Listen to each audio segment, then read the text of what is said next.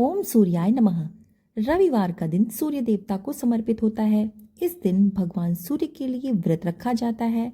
ऐसा कहा जाता है कि इस दिन व्रत रखने वालों को मान सम्मान मिलता है, उनके शत्रुओं का क्षय होता है। इसके अलावा कुंडली में अगर कोई दोष है तो वो दूर होता है और आपका जो सूर्य है कुंडली में वो बलवान होता है।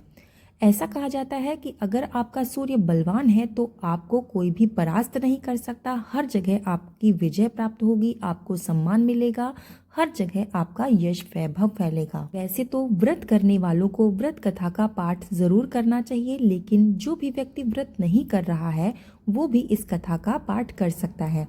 इस कथा को पढ़ने, सुनने और दूसरों को ये कथा सुनाने से आपका सूर्य बलवान होता है और आप पर सूर्य देवता की कृपा सदा सर्वदा बनी रहती है। तो चलिए सुनते हैं सूर्य देवता की कथा। पर कथा सुनाने से पहले अगर आपने अभी तक हमारा चैनल सब्सक्राइब नहीं किया है तो जल्दी से कर लीजिए, और अगर कथा पसंद आए तो इसको लाइक शेयर करके कमेंट में जय सूर्य देवता की लिखना ना भूलिएगा। तो चलिए कथा शुरू करते हैं। पौराणिक कथाओं के अनुसार एक समय की बात है, एक बुढ़िया हुआ करती थी। वो सूर्य देवता की अनन्य भक्त थी। वो प्रत्येक रविवार को सुबेरे उठकर गोबर से सबसे पहले अपना घर लीपती थी, स्नान आदि करती थी और इसके बाद सूर्य देवता की पूजा करती थी और उनके लिए व्रत रखती थी। उसके बाद वो भोजन तैयार करके पहले भगवान को भोग लगाती थी और फिर स्वयं भोजन ग्रहण करती थी। भगवान की कृपा से उसका घर सभी प्रकार के सुख एवं धन धान्य से परिपूर्ण था। किसी भी प्रकार के विघ्न या दुख उसको नहीं थे। सब प्रकार से घर में आनंद रहता था। उसकी एक पड़ोसन थी जिसकी गौ का गोबर वो बुढ़िया रोज लाया करती थी। उस बुढ़िया की संपन्नता से वो पड़ोसन जलने लगी। वो ये विचार करने लगी कि ये बुढ़िया हमेशा मेरी गाय का गोबर ले जाती है, इसलिए अगले दिन से वो क्या करने लगी कि अपनी गाय को अपने घर के भीतर बांधने लगी। रविवार का दिन आया। बुढ़िया गाय का गोबर लेने के लिए उसके घर गई, यानी कि पड़ोसन के घर गई, लेकिन वहां पर उसने देखा कि गाय वहां पर नहीं थी, क्योंकि पड़ोसन ने तो गाय को अपने घर के भीतर बांध लिया था, इसलिए उसको गोबर भी नहीं मिला।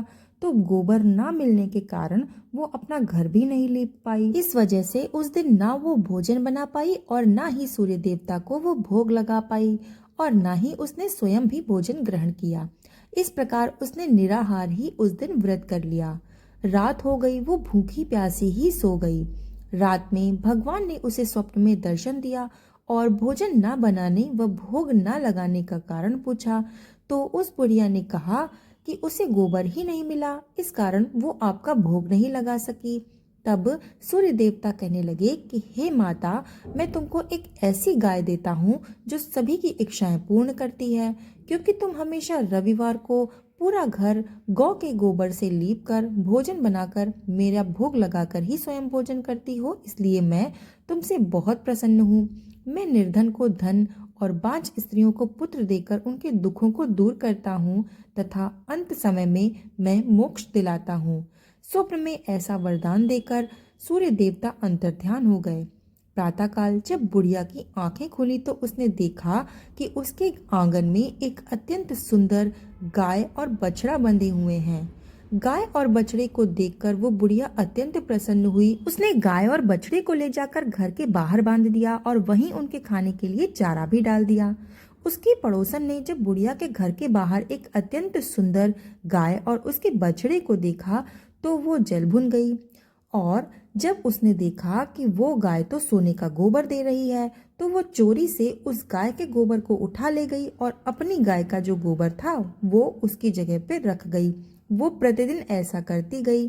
सीधी सादी बुढ़िया उसकी इस चालाकी को नहीं समझ पाई।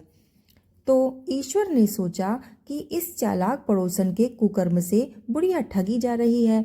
तो एक दिन सूर्य देवता ने संध्या के समय अपनी माया से बड़ी जोर की आंधी चला दी। बुढ़िया ने आंधी के डर से अपने गाय और बछड़े को घर के भीतर बांध दिया। सुबह उठकर जब उसने देखा तो गाय ने सोने का गोबर दिया है तो उसको आश्चर्य हुआ। तब वो प्रतिदिन गाय और बछड़े को घर के भीतर बांधने लगी। पड़ोसन ने देखा कि गाय और बछड़े को तो वो घर के भीतर बांधने लगी है और अब उसका सोने का गोबर उठाने का दाव भी नहीं चलता। तो ईर्ष्या के कारण वो जल उठी।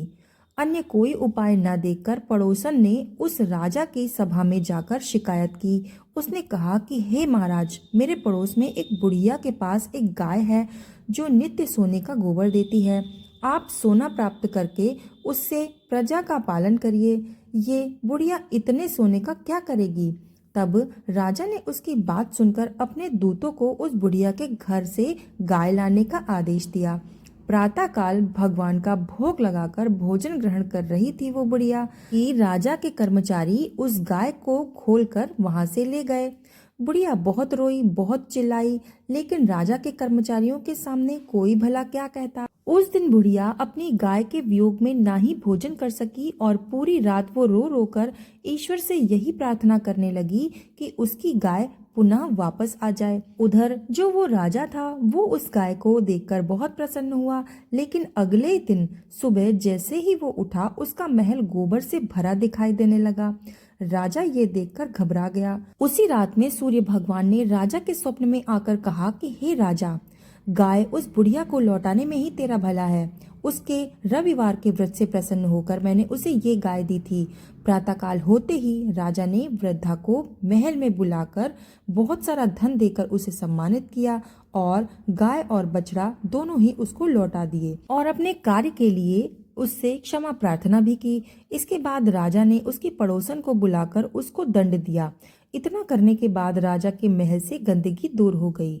उस दिन से राजा ने नगर वासियों को आदेश दिया कि राज्य की समृद्धि तथा समस्त मनोकामनाओं की पूर्ति के लिए सभी व्यक्तियों को रविवार का व्रत करना चाहिए।